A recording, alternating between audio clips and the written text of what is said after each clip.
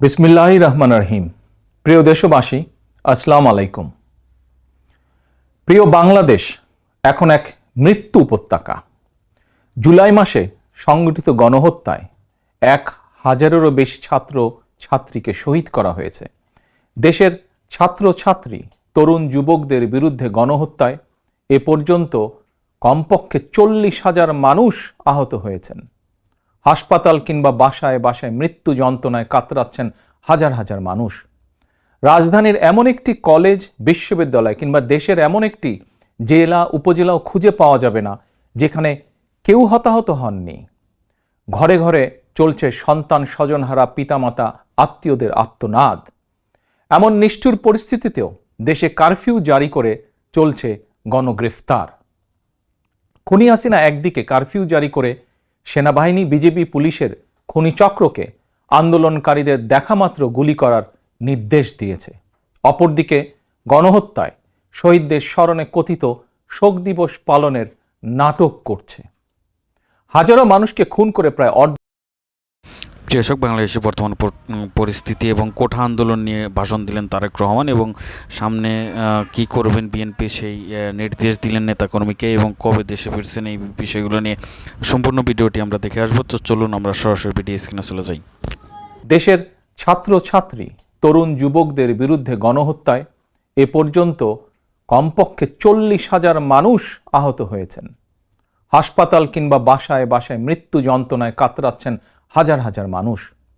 রাজধানীর এমন একটি কলেজ, বিশ্ববিদ্যালয় কিংবা দেশের এমন একটি জেলা উপজেলাও খুঁজে পাওয়া যাবে না যেখানে কেউ হতাহত হননি। ঘরে ঘরে চলছে সন্তান স্বজনহারা পিতামাতা আত্মীয়দের আর্তনাদ। এমন নিষ্ঠুর পরিস্থিতিতেও দেশে কারফিউ জারি করে চলছে গণগ্রেফতার। খুনি হাসিনা একদিকে কারফিউ জারি করে সেনাবাহিনী, বিজেপি, পুলিশের খুনি চক্রকে আন্দোলনকারীদের দেখামাত্র গুলি করার নির্দেশ দিয়েছে। অপরদিকে গণহত্যায় শহীদদের স্মরণে কথিত শোক দিবস পালনের নাটক করছে। হাজারো মানুষকে খুন করে প্রায় 250,000 মানুষকে আহত করে লাখো কোটি পরিবারের শান্তি বিনষ্ট করেও খুনি হাসিনার কোনোই অনুতাপ নেই। অথচ রেলের ভাঙা কাজ দেখে গণহত্যাকারীর চোখে কুমিরের কান্না। প্রিয় দেশবাসী, অবৈধ ক্ষমতা টিকিয়ে রাখার অপচেষ্টায় খুনি হাসিনা জুলাইয়ের গণহত্যায় পুলিশ, বিজেপি, র্যাবের পাশাপাশি এবার সেনাবাহিনীকেও ছাত্রছাত্রীদের বিরুদ্ধে লেলিয়ে দিয়েছে। গণহত্যাকারী খুনি শেখ হাসিনাকে বাঁচাতে সেনাবাহিনী এখন নিজ দেশের জনগণের বিরুদ্ধে গোলাগুলি করছে আর শত্রুর সঙ্গে করছে গলাগলি। সেনা পরিবারের একজন সদস্য হিসেবে আমি সেনাবাহিনীর কর্মকর্তা এবং সদস্যদেরকে স্মরণ করিয়ে দিয়ে বলতে চাই, খুনি হাসিনার পৃষ্ঠপোষকতায় 2009 সালে বিডিআর পিলখানায় সেনা হত্যাযজ্ঞ চালিয়ে 57 জন সেনা কর্মকর্তাকে নির্মমভাবে হত্যা করা হয়েছিল। সেদিন নিজের সহকর্মীদের রক্ষা করতে আপনারা চূড়ান্তভাবে হয়েছিলেন ব্যর্থ। অথচ এখন সন্তান সমতুল্য ছাত্রছাত্রীদের বুকে গুলি চালিয়ে নিজেদের বীরত্ব জাহির করছেন আপনারা। বীরত্ব দেখাতে চাইলে অরক্ষিত সীমান্তে যান।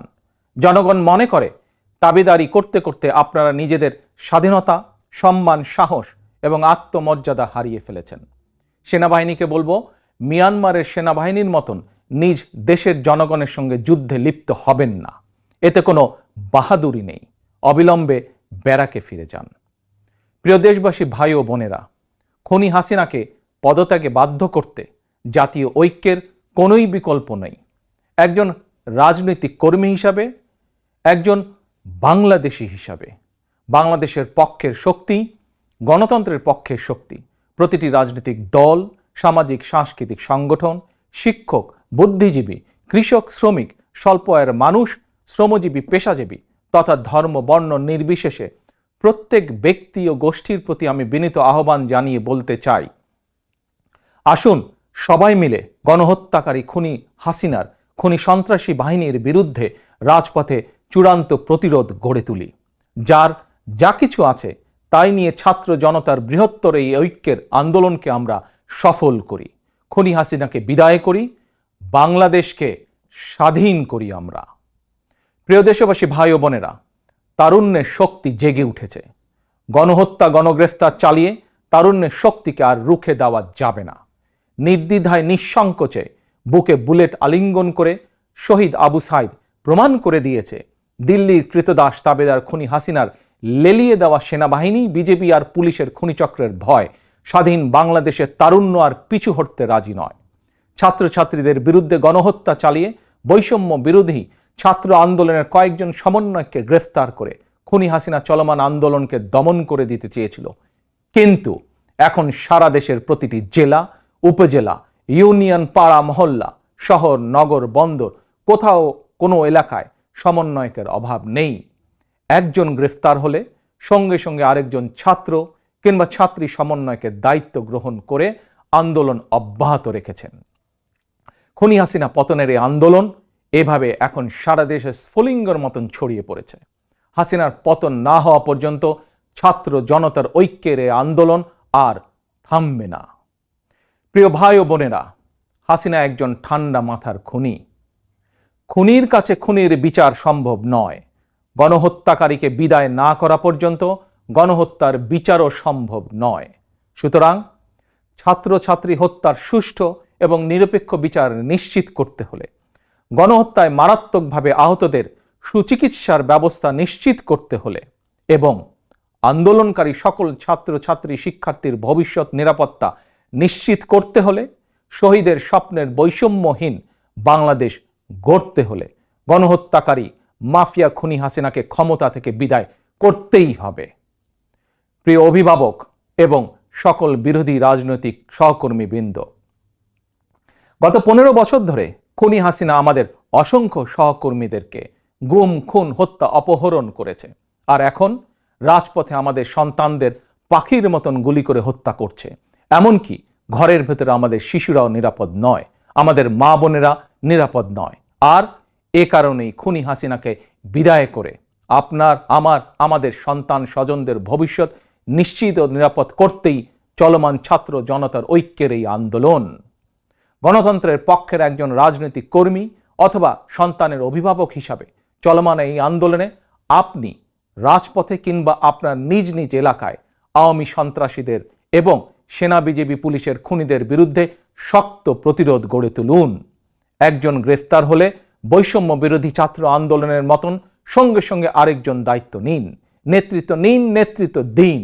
কোনো নির্দেশনার জন্য অপেক্ষার প্রয়োজন নেই। নির্দেশনা একটাই, দাবি একটাই, দফা এক, দাবি এক, খুনি হাসিনার পদত্যাগ। খুনি হাসিনা বিদায় না হওয়া পর্যন্ত ছাত্র জনতার এই ঐক্যের আন্দোলন চলবেই চলবে। আমাদের ছাত্র ছাত্রীরা জীবন দিয়ে শিখিয়ে দিয়ে গিয়েছে, আমাদের সন্তানেরা জীবন দিয়ে দেখিয়ে দিয়ে গিয়েছে। ঐক্যবদ্ধ প্রতিরোধ গড়ে তুলতে পারলে খুনি হাসিনার বিদায় সময়ের ব্যাপার মাত্র, ইনশাল্লাহ। সর্বশেষে খুনি হাসিনার বিরুদ্ধে তারুণ্যের এই চলমান আন্দোলনে কবি রকিব লিখনের একটি সাহসী পংক্তিমালা দিয়ে আমি শেষ করতে চাই। যদি তুমি ভয় পাও তবে তুমি শেষ, যদি তুমি রুখে দাঁড়াও তবেই তুমি বাংলাদেশ। আল্লাহ হাফেজ। বাংলাদেশ জিন্দাবাদ, বাংলাদেশ জাতীয়তাবাদী দল জিন্দাবাদ। আশা করি পুরো ভিডিওটি দেখেছেন এবং বুঝতে পেরেছেন যে তারেক রহমান কিন্তু বাংলাদেশের বর্তমান পরিস্থিতি নিয়ে ভাষণ দিলেন এবং তিনি তার কার্যক্রমকে তুলে ধরলেন। প্রিয় দর্শক, এই যে বর্তমান বাংলাদেশের অবস্থা নিয়ে আপনাদের কি মূল্যবান মতামত রয়েছে অবশ্যই কমেন্টে জানাবেন। সবাই ভালো থাকবেন, সুস্থ থাকবেন এবং বর্তমান পরিস্থিতি নিয়ে আপনাদের মূল্যবান মতামত কমেন্টে জানাবেন। সবাই ভালো থাকবেন। আসসালামু আলাইকুম।